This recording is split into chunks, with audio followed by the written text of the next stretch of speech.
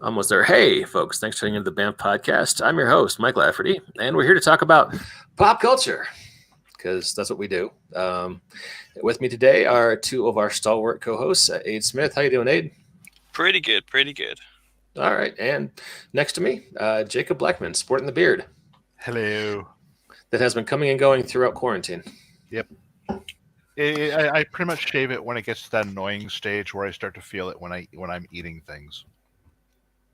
Yeah, I keep mine trimmed real short.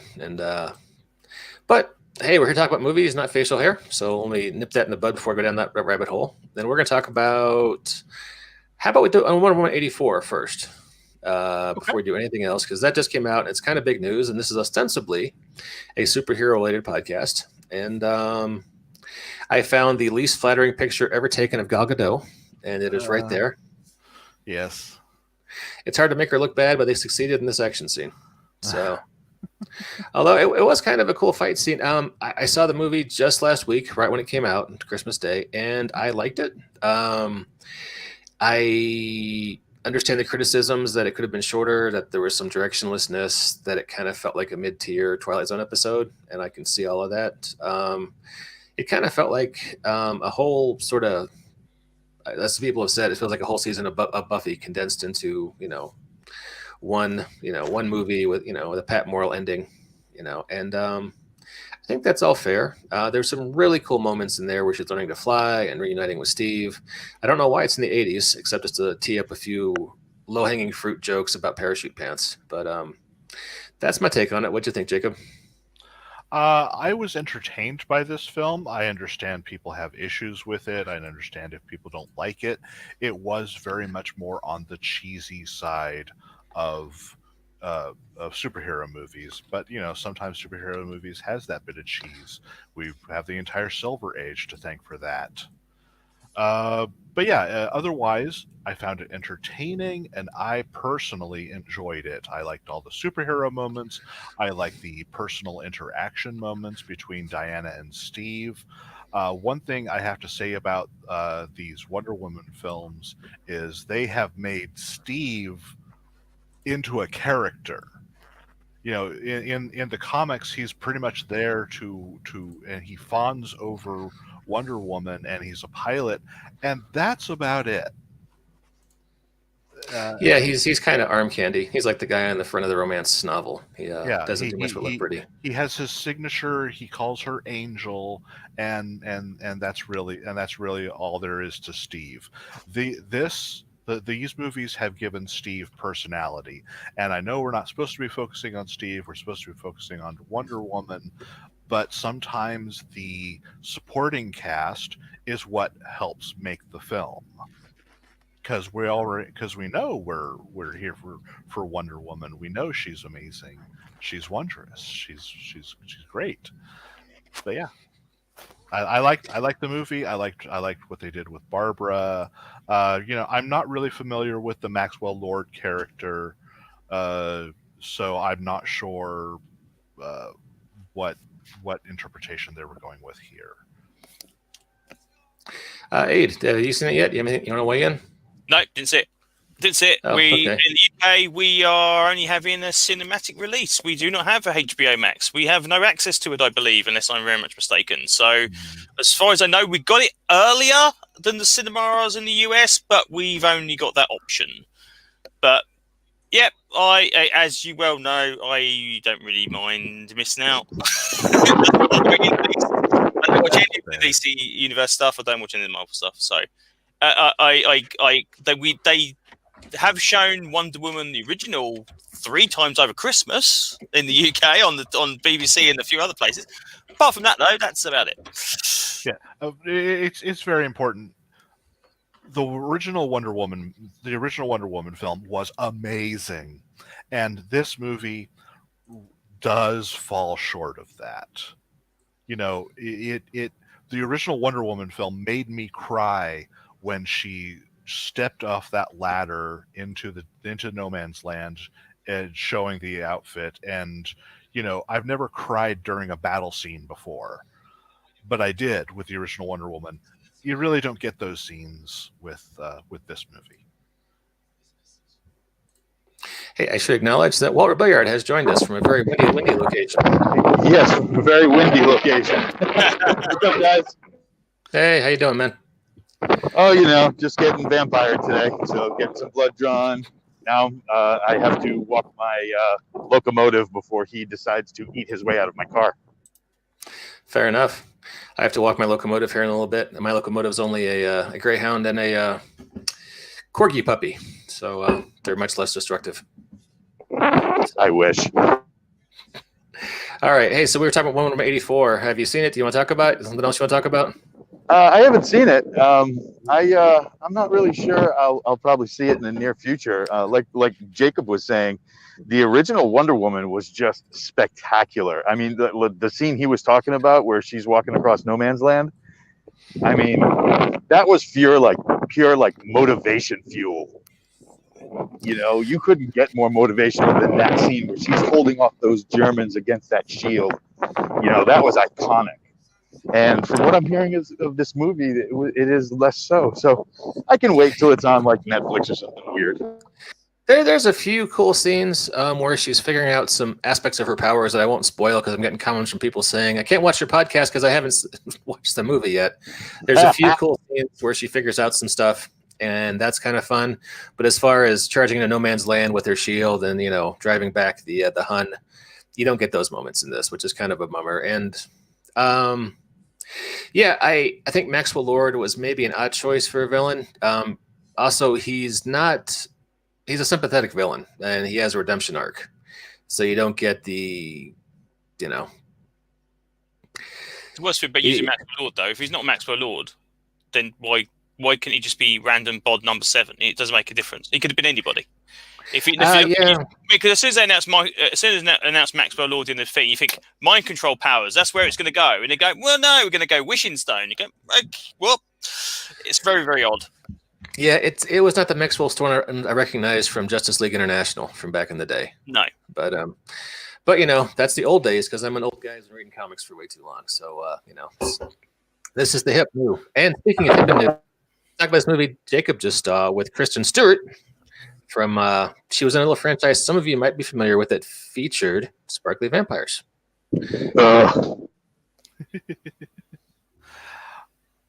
Yeah, I recently caught Underwater. You are now 5,000 miles from land, and you're descending 7 miles to the bottom of the ocean. Was that a taco truck they're in? Not exactly, but the movie was really good. Yeah, I actually liked it. All right, it kind of reminded me of like every other undersea movie. You can really tell with how the movie started, the camera panning up and down the hallways. They were really aiming for that original Alien movie feel.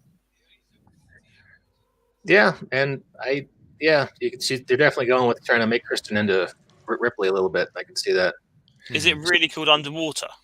Yes, it's called Underwater. Wow. It's a bit on the nose, yes. Yes, like it's called a science fiction film, Space. It's like, what? What? Well, Okay, the whole idea is the fact that being that deep under the ocean is as deadly and hazardous an environment as people would think of as space. You have the pressure, you have the unrelenting darkness. There are scenes in this that are all about you can't see anything, what's out there, what's going on, what's happening, and having to. The basic concept is a bad thing happens to their base, and they have to walk like 3 miles across water to another base that they know is out there, but on the bottom of the floor.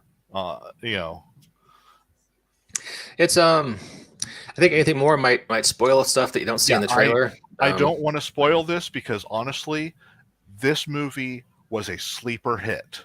Yeah, this movie was thrown into a bad time slot when it was released because it was released as a January throwaway movie film, and a lot of people missed this. And people who are now getting to watch it now that it's streaming are saying, "Wow, this is a good movie, and I'm right there with them. This is an excellent film. I recommend it to all survival horror fans. It's a good survival horror flick. I'm glad I watched it on streaming. Kristen Stewart needs a win after that Snow White debacle. So yeah, I would recommend it. Pop some popcorn. It's that kind of movie. It's not going to make you think too much. I had a Russian drinking buddy a few years ago, and she used to tell me, American movies are terrible. Horrible things happen to people, and somehow they all survive at the end. No, in Russia, we are better. Horrible things happen to people, and one person lives to tell the tale. And this movie isn't quite that, but it's close. Mm-hmm. So it's dark, but it was fun. Aid, Doctor Who, what's going on? Because we scheduled this a few weeks back because you said you wanted to talk about the Good Doctor. So yes, we have obviously Newsday was our anniversary special, Christmas special, whatever you want to call it, festive special, I think is what they call them now, which literally followed on kind of from last year's festive special. And we have the announcement today that Jodie Whittaker may be leaving as the 13th Doctor at the end of this series. So there'll be a mad scramble to see which direction they go with the next Doctor, I'm sure. But the actual special, not so great. It was okay. It was passable. Once again, best thing in it was John Barrowman, because the best thing in most Doctor Who is John Barrowman, and they underutilized him. They didn't use him a lot at all. So we got about 3 decent scenes with him, and then he kind of just disappeared off the face of the earth, and you didn't come back again. And you go, okay. And yeah, Daleks, John Barrowman, several thousand plot holes that made you just go, why did that happen? It's typical new Doctor Who, really. To be honest, it's just the same. I was going to say that sounds like the same review you've given me of everything in the the pretty current, much. It's the same old. That's right. It's just this constant like. Okay, if I was writing this, I'd be embarrassed to write this situation out. I would need to justify what happened there without just going, no, forget about it, just move on, forget about it. So, but yeah, I don't know what's happening next series. Apparently, that's coming a lot later in the year. I think it's coming down like it's autumn, whereas normally it's like March, April time. So they are apparently filming that now. We'll see how it goes. And the assumption was we were going to have one companion with the Doctor, and it was going to be effectively an all-female TARDIS. And right at the end of the special, they announced a new companion who's a guy. So that kind of shot that out of the water as well. So who knows? So I am hearing lots of speculation about who's going to be the next Doctor. The lady from Fleabag? Phoebe Waller-Bridge. Yeah, that seems like an odd choice, but... Yeah, I don't know. I was never particularly enamored with Whittaker, but it's not her problem. It's the problem of the storyline she was given. She was given some really ropey storylines, and if you get even the shiniest car loses the thing if it keeps breaking down every 5 minutes. So the idea you get a shiny new Doctor, and after 5 episodes you're thinking, yeah, these 5 have been terrible. The best thing at the last series of Doctor Who was the new Master, because he was fantastic, and it's like, okay, bring him back, bring some more of him, and he was really, really good. But Whittaker herself, yeah. I'm also hearing Idris Elba floated as Doctor Who. Of course, he gets floated for everything. Exactly, that's right. Yeah. Everyone wants Idris Elba and everything because Idris Elba is amazing in everything. I don't think he's going to be James Bond. He's going to be Doctor Who. He's going to be Superman. I don't think he'd do it. I know there's another actor was called Patson Joseph, who is in some comedy stuff in a couple of years ago, but he was kind of like on the back burner name list, like 2 Doctors back, possibly. And I don't believe there's anything kind of bandied around at the moment who's kind of like, you're kind of lined up. I mean, they did manage to keep Jodie Whittaker quite literally until the last minute on the reveal on the after the episode. They did that, and as she kind of walked out, and it's like, okay, nobody really knew that. So, and at the moment, as far as I'm aware, it's only one newspaper that's reporting that she's going anyway. So, if anything, her staying and the showrunner going would be a better deal. But yeah, I don't know. There's just so many disappointing things in the last series where they could have done something a lot better, and they just kind of cut corners. Alas, that happens a lot. So Walt, what's going on with you, man? Pop culture stuff you want to talk about? I really liked Underwater. To harp on what Jacob was saying, Underwater was fantastic. I was very surprised because I did not go into it with very many expectations. And it really lived up to what I wanted out of like an Aliens film. It was very well done. It was creepy in a way too, because like at the end you're just like, is that a? And the whole time you're just like, no, but so you had that kind of experience to it, and it was a lot of fun at the end where. Once you understood what was going on, you're like, all right, I'm on board. Let's do this. They go there.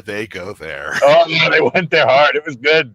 As far as things that I've checked out, I haven't really checked out a lot of comics, which is kind of a little bit depressing just because of the fact that, I used to consume so much comics, but now I'm reading a lot more novels, and they're just the stuff I'm reading is just fantastic. So, I have a Galaxy's Edge insider membership for the Galaxy's Edge series of novels, and they just dropped last week Super Secret Project number 47, which was amazingly done.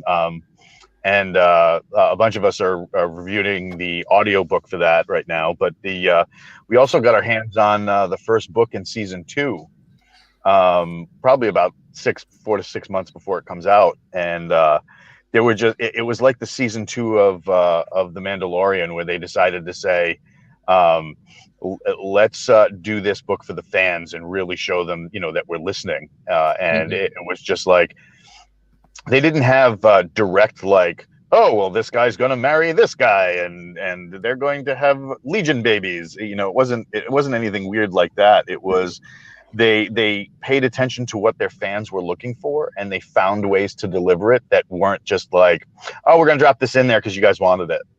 They were very well done, well choreographed. So, I love this series. So it's really, really good. And anyone who doesn't know, we should really mention that Galaxy's Edge is an ongoing military science fiction series set in a space opera kind of world by Nicholas Cole and Jason Anspach. And Walt does a lot of stuff with them, gaming stuff, actually. You can catch on their Twitch channel. And, if you like stuff like The Mandalorian, one of the main characters from season 1 has his own series, and it's called Contracts and Terminations, and it's straight up bounty hunter stuff set in that universe. But the twist is the main character is like Boba Fett and Obi-Wan Kenobi kind of mixed together a little bit, but he's also got the temperament of a Vietnam vet with Alzheimer's. And the things that happen in this series are just absolutely crazy. My friend here in the back seat actually makes a cameo in the 3rd book, which was awesome. Yeah. So kind of like Gary Busey meets a Boba Fett meets Obi-Wan. Yeah, a little bit. The main character doesn't have like crazy Jedi space powers, but he's definitely a war-scarred hero, kind of like Boba Fett. But he's been through so much because of his background.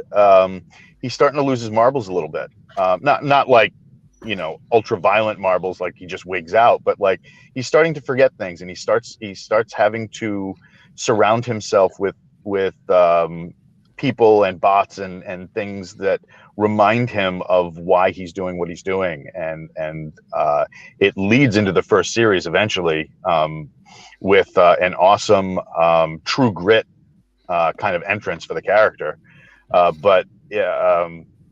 The main character, Tyrus Rex, the T-Rex of the Legion, is very nuanced in that he's like a dog that was beaten, shown love, and then that person who showed him love died, so now he's on his own again. So like, what does that do to a person?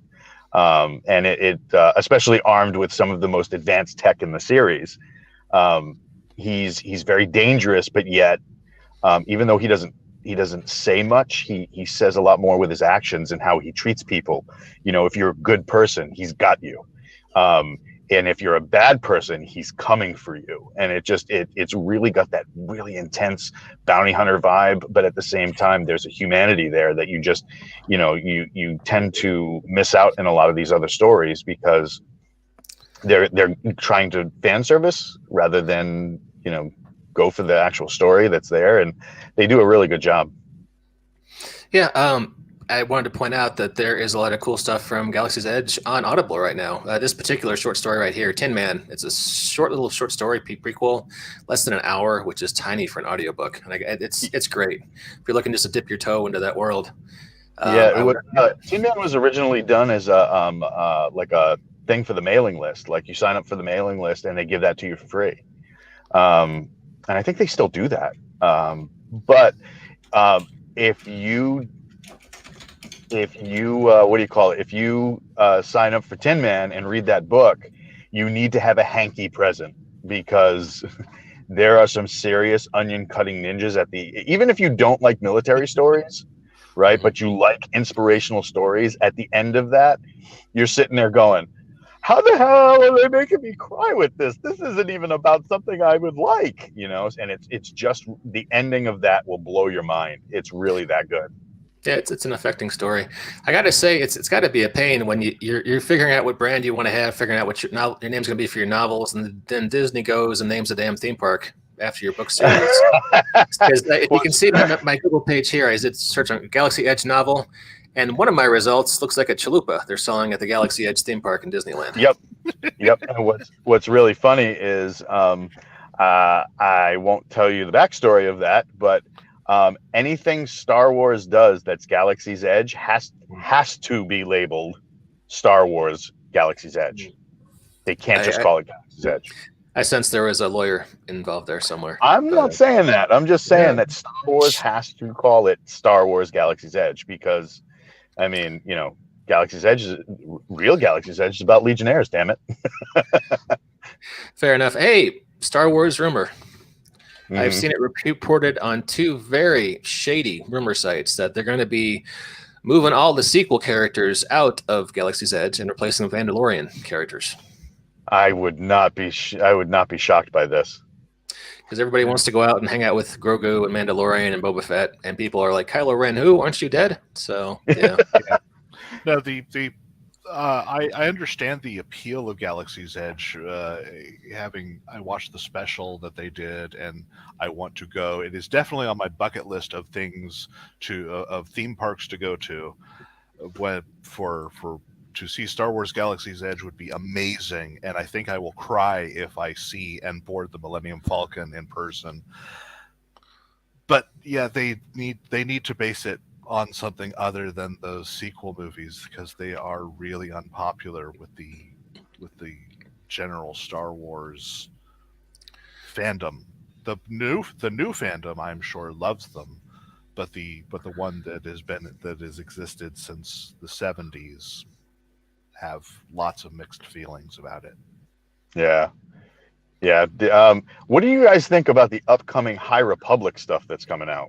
Do you guys have any thoughts on that? I will be interested in seeing what it's like because you know I'm just waiting to see some of the comics and some of the stories. I'll see.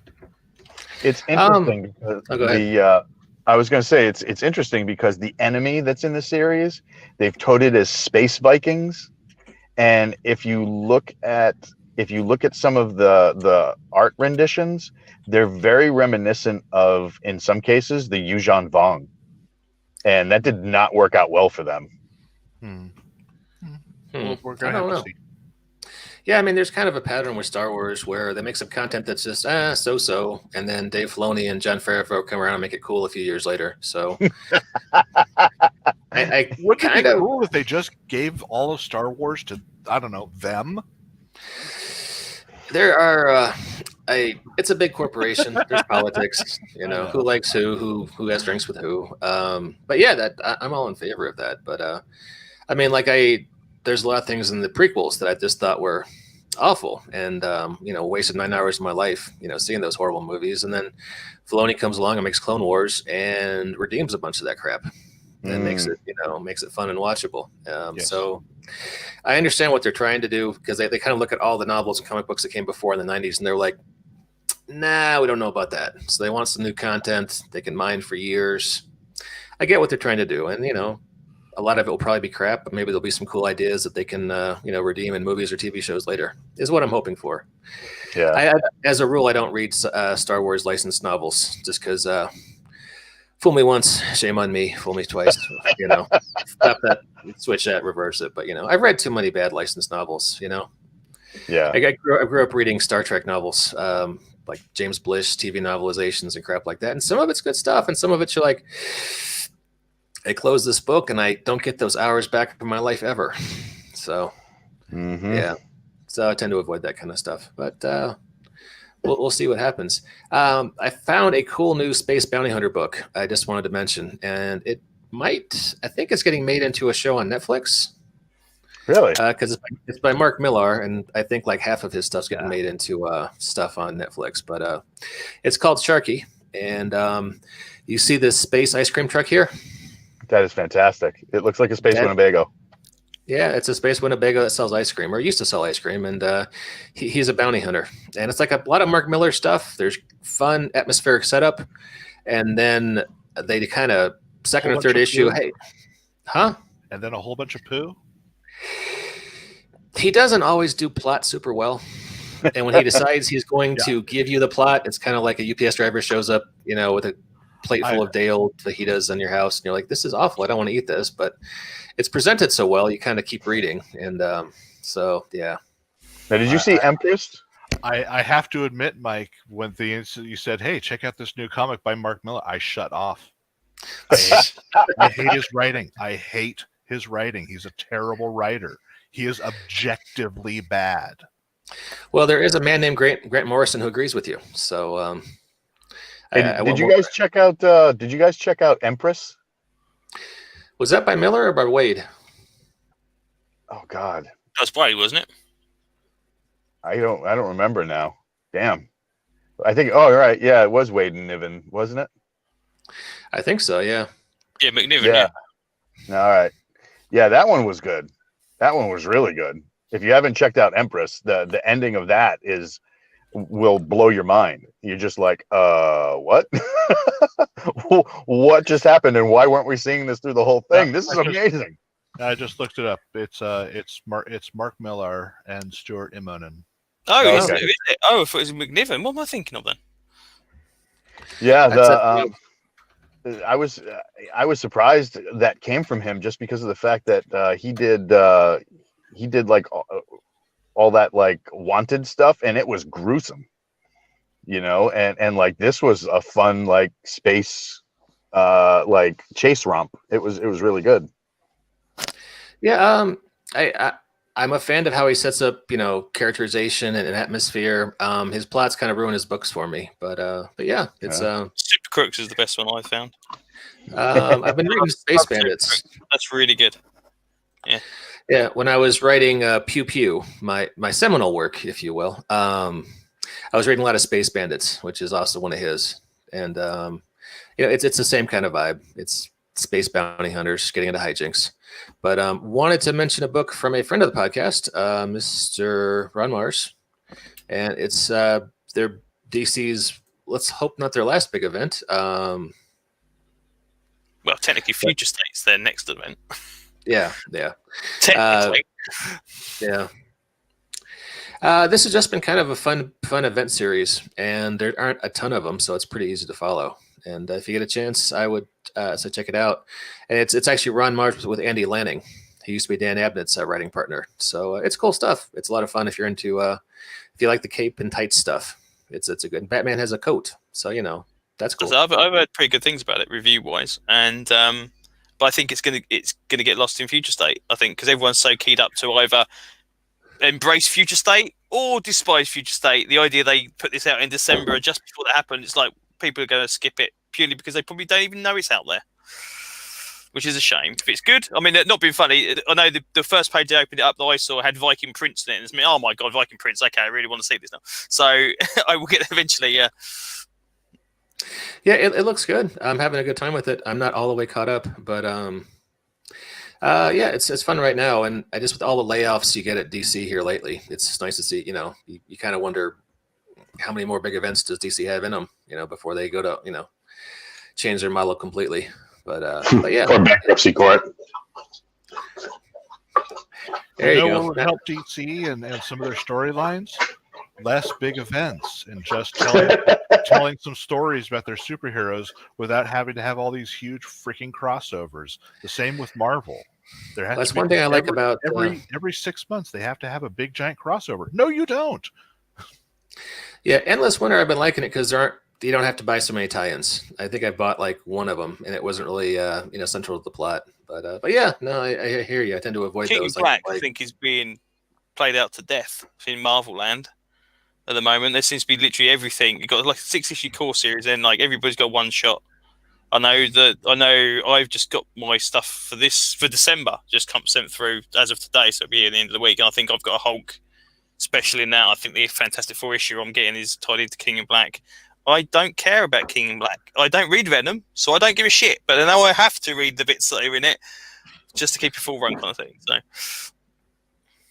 I'm not sure what the King in Black is. Can you tell me, Aid?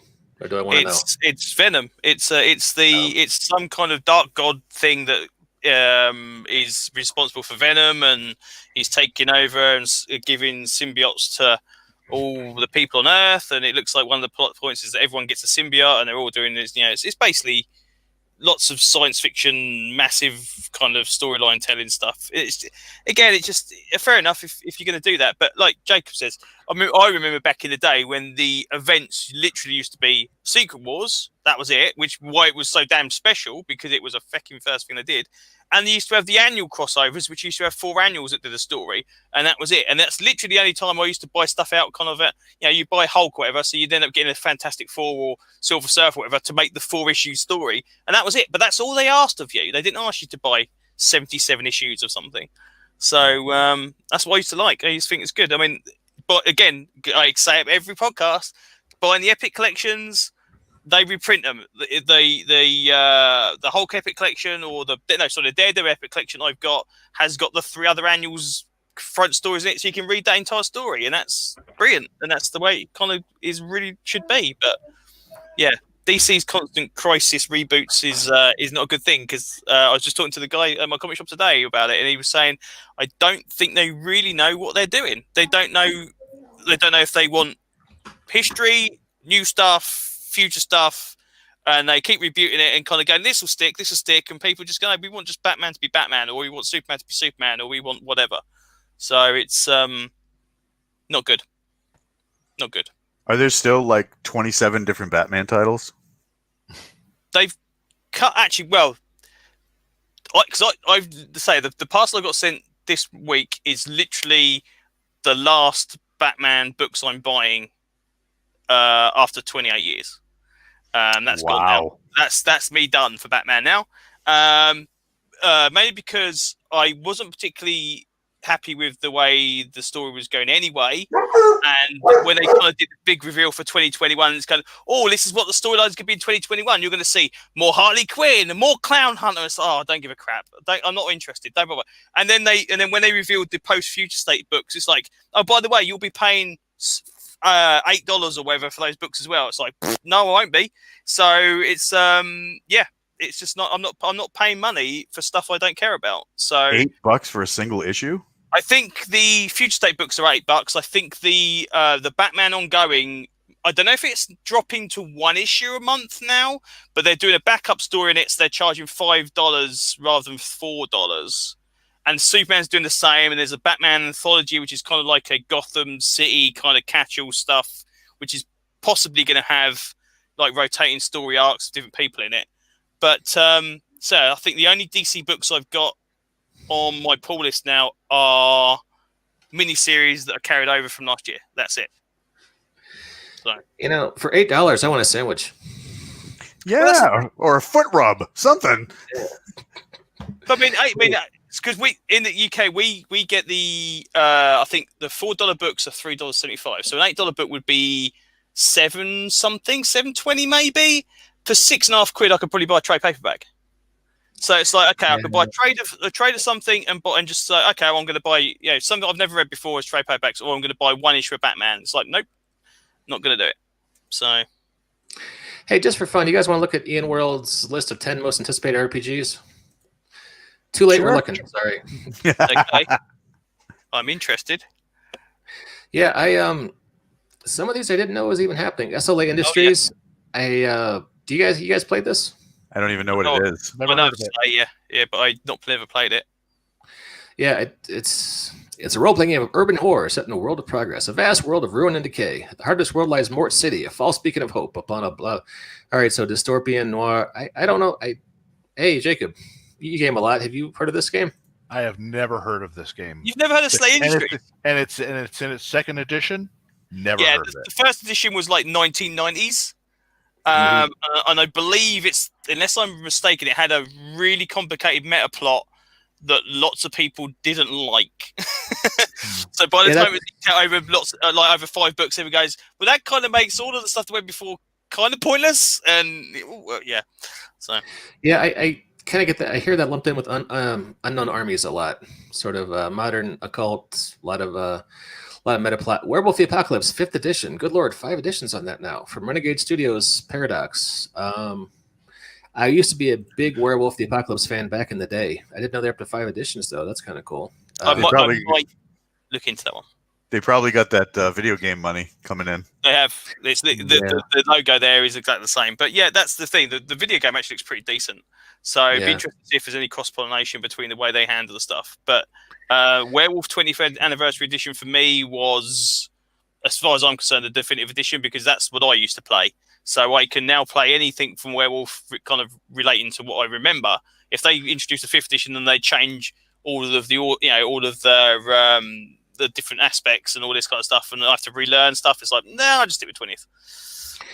Yeah, I had a lot of fun with it. I mean, it's I ran a 2 or 3 year long Werewolf Wild West campaign back in the late 90s that I really enjoyed. But all right, number 8. This sounds cool. I have never heard of this before. An all Italian. That makes more sense because alt Italy is like alternative Italy. We call that Sicily, don't we? Roguish and picaresque. I love the word picaresque, so they got me with that. Setting for 5th edition. This game will be released in Italian and English. Spaghetti fantasy is a new genre. Imagine a spaghetti western, but with swords. Based on Italian folklore, history, and pop culture. So I'm looking for Vespa scooters and barbarians, and don't forget pants that don't fit. Yeah. I'm kind of here for that. I don't know. What do you guys think? I'll be interested in checking it out. See a little more what they're talking about in terms of spaghetti fantasy. I mean, that could mean a lot of different things. It could mean so many things. It really could. And speaking of things that make you go, Pathfinder for Savage Worlds. This surprised me when I first heard the news about this, that they were going to be converting the entire Rise of the Rune Lords over to Savage Worlds. I would never in a million years have imagined Paizo doing that. But apparently it's big, and yeah, I like it. I'm looking forward to it. I can kind of see that, because if I'm Pinnacle, there's a bunch of Savage Worlds publishers, third party, like myself, and all we put out is settings. There's a dearth of adventures for Savage Worlds. And here's Pathfinder with lots of great, excellently written adventures with all kinds of production values and art. I could really see that happening. I'd be excited if Starfinder gets their. Unless I'm mistaken, Fantasy Savage Worlds isn't really used a lot. I know there's like the option to do it literally from the core book, but I can't think of anything that's like a straight fantasy setting. It's always something slightly different. So the idea of having a Pathfinder, there's a setting for it, makes perfect sense. There's a couple. You got Sean Fannin did a huge setting for fantasy, and it was very high fantasy. His concept was Die Hard meets Lord of the Rings. Oh, right. Okay.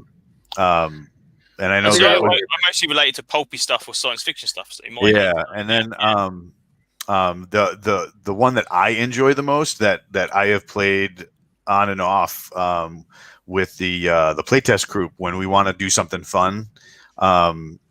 We always go back to this. It's called Accursed. And you play in a D&D kind of almost like Ravenloft kind of setting with where you play the monsters. Oh, right. And it's, oh my God, it's so good. The world building is just amazing. Yeah, it's a fun game. It's a really fun game, but we haven't played it since Savage Worlds launched their new edition. So I don't know how it's going to shake out in the new edition. I know they launched a quick start for it, but I haven't been able to touch it yet. But yeah, I love Accursed. Accursed is just phenomenal. So I could definitely see. What's that? That's John Dunn, right? Yeah, and I can definitely see Galarian, because when we wanted to check out Galarian, we definitely didn't play it in Pathfinder. We just took it all and ported it over to first edition D&D. Fair enough. So scrolling down, Rivers of London. Aid, you're the one of us who lives closest to London. Have you heard of this game? I know it by name, and it's Ben Aronovich. Yes, it is. Yes, he is a writer. He wrote books. He's also a Doctor Who writer. Therefore, that's why I know him, because he wrote lots of very good Doctor Who episodes. So it could be interesting. Yes, it's a Chaosm one as well. So you got your spooky urban magic-y stuff. But yeah. Yeah, I could see it as a fit for Chaosm's system because, I mean, listen to this. Follows the adventures of an ordinary constable turned magician's apprentice as he solves crimes across London in a substantial blend of inventive urban fantasy, gripping mystery thriller, and hilarious fantasy caper. Well, minus the hilarious fantasy caper, I mean, that's what Chaosium does with Cthulhu. So Ben Aronovich is. I'm trying to think of what he wrote, and I'm thinking it's one of the Dalek episodes for the Seventh Doctor, unless I'm very mistaken, and that is one of my favorite ones. So yeah. I think this is going to be a big. This next one, number 5, Level Up Advanced 5th Edition from Ian Publishing, who we should point out owns this website. I've seen a lot of buzz about it, and Ian World has a big following, so I think this will be a big deal. And friend of the podcast, Mike Mylar, he's helping to write it, so I'm sure it'll be good. Yeah, I know they're doing a lot of stuff on their. They did some stuff for Kickstarter a while ago for 5th edition. I think this is going to be, some more rules and stuff for 5th edition. Yeah. Number 4, King Arthur Pendragon 6th edition. I have no opinion on this. Abe, Jacob, Walt, any thoughts? I know a lot of people who enjoy Pendragon. They have fond memories of the Pendragon game, and so they are looking forward to the new Pendragon game. I have never played a Pendragon game myself, so I have no opinions. My only thing is, will they have altered the game for more modern sensibilities? Well, I mean, the rules were written, back in the old days, right? Yes, but the way all the original the previous Pendragons have, it's very much you must play a man, you must play a manly man, you must play a manly white man. Otherwise, you are not playing Pendragon correctly. If you are not playing a manly white man, then you are not playing Pendragon, and you must be ostracized.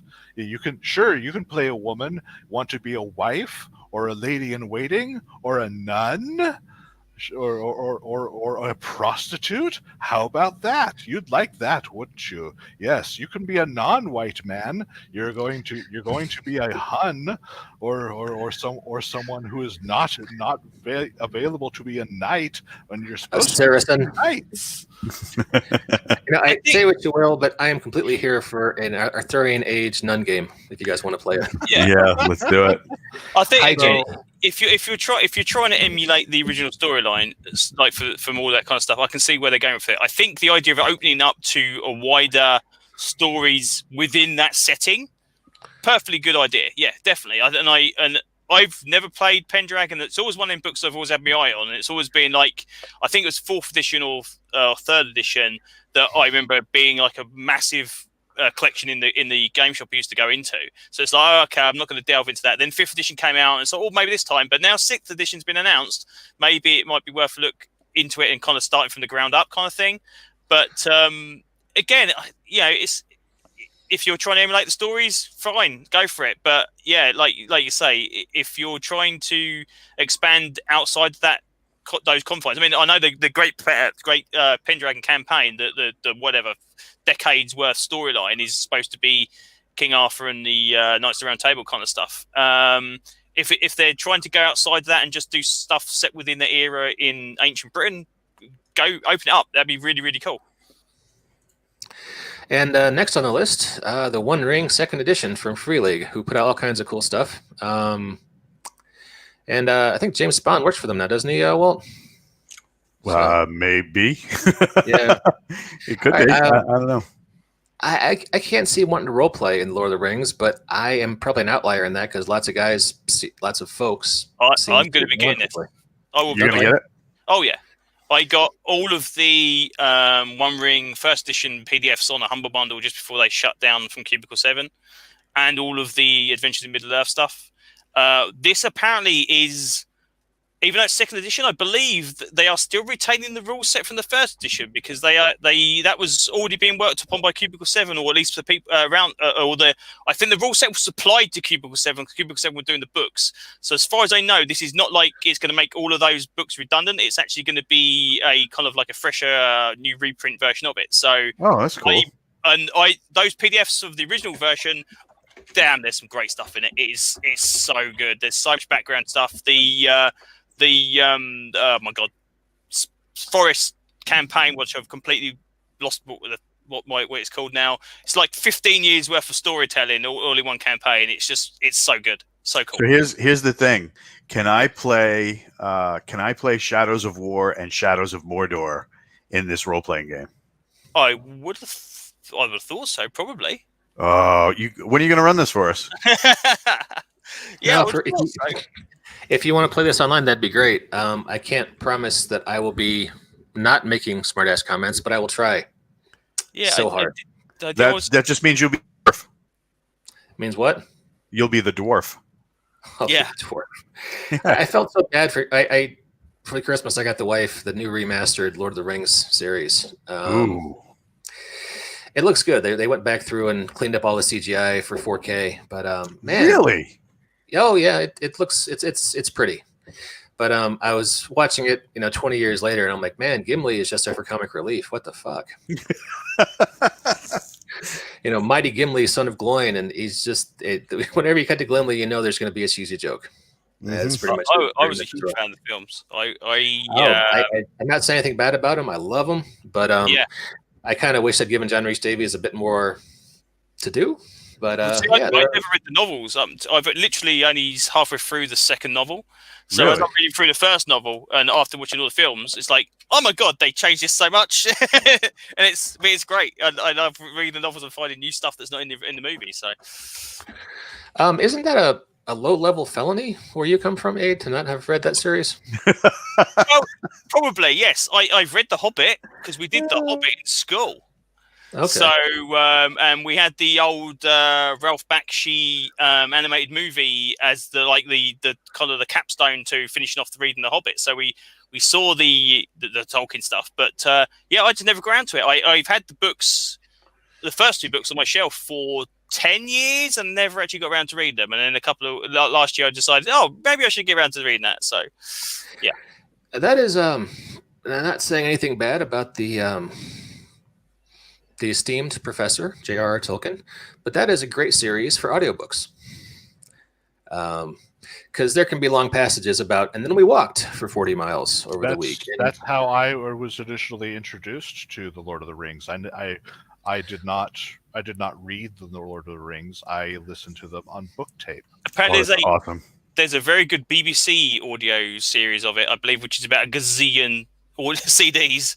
I am personally guilty for skipping every single song that's written down in them, though, because I just cannot be dealing with that. I will skip through a pace to see if it's interesting, but I just can't be reading it. So you were not a fan of Tom Bombadil?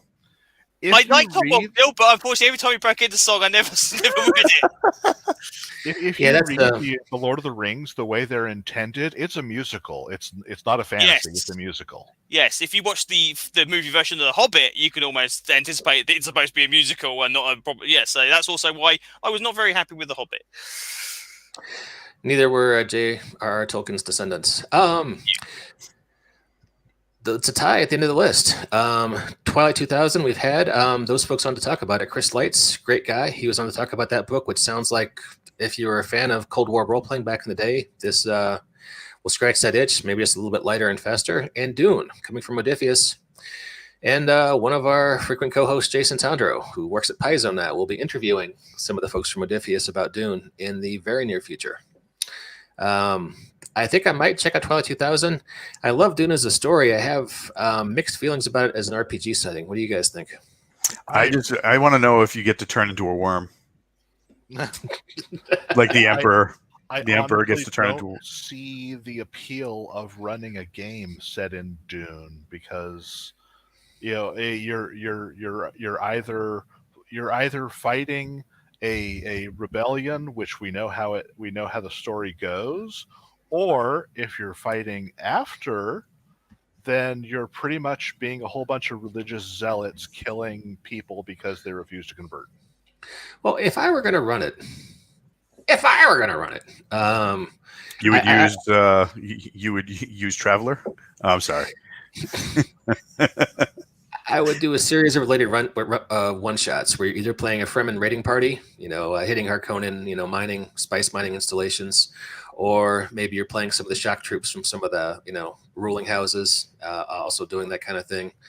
Try to look for, the mineable, adventure missions you can get out of that. Although playing as a group of Bene Gesserit, dealing with political intrigue and whatnot would be fun too. But I would have like off-brand Bene Gesserit who are going out solving problems and troubleshooting, as opposed to that slow burn they do where let's marry a guy and slowly bend him to our will. I'd be more like, the Bene Gesserit Commando Squad. I've never read anything with Dune in it at all. But I have faith in the system. If it's the 2D20 system they use for Star Trek and the other stuff they put out, I think it could, from what I've seen, it's handled pretty much anything it's been bent to at the moment. So the idea will not work for Dune because Dune is, Star Trek-y sci-fi stuff with a bit of, so it's not as though they're, trying to make superheroes out of it or whatever. But I think the one thing I would have to say is I think that Warner did them a bit of a dirty by putting the movie on the streaming service, because I think that might have been in the back of their heads at least at some point, say, hey, if we get role-playing game out, well, this is at the cinema, this is what's going to help. And I think them doing that is not the greatest of friendly things to do. But well, cinemas are closing in the U.S. AMC is going to be going out of business the next couple of months. I don't know when people are going back to theaters. That's the problem, exactly. Yeah, it's just incredibly bad timing, unfortunate timing. So I'm sure it wasn't intentional. That like, we can scream it if it's over, but just those bad circumstances. It's almost like I always felt sorry for Green Ronin when they got the DC role-playing game system literally before the new 52 came out, and it's like, oh my god, it's like if it had been like next year, you could have been on that 52 bandwagon. But yeah, I don't think it hurt in any way because I love those books. So yeah, you got to keep in mind those kind of deals get made over shots at conventions. Exactly. They aren't always looking at timetables when they happen. So we got to wrap things up. It is the top of the hour, but you can come back in. Let's see, it's 1:00. 3 more hours, a short 3 hours. Mr. Blackman and I will be interviewing Eric Bloke from Bloke Games, talking about The Monsters Are Our Heroes, which is on Kickstarter now for a print run.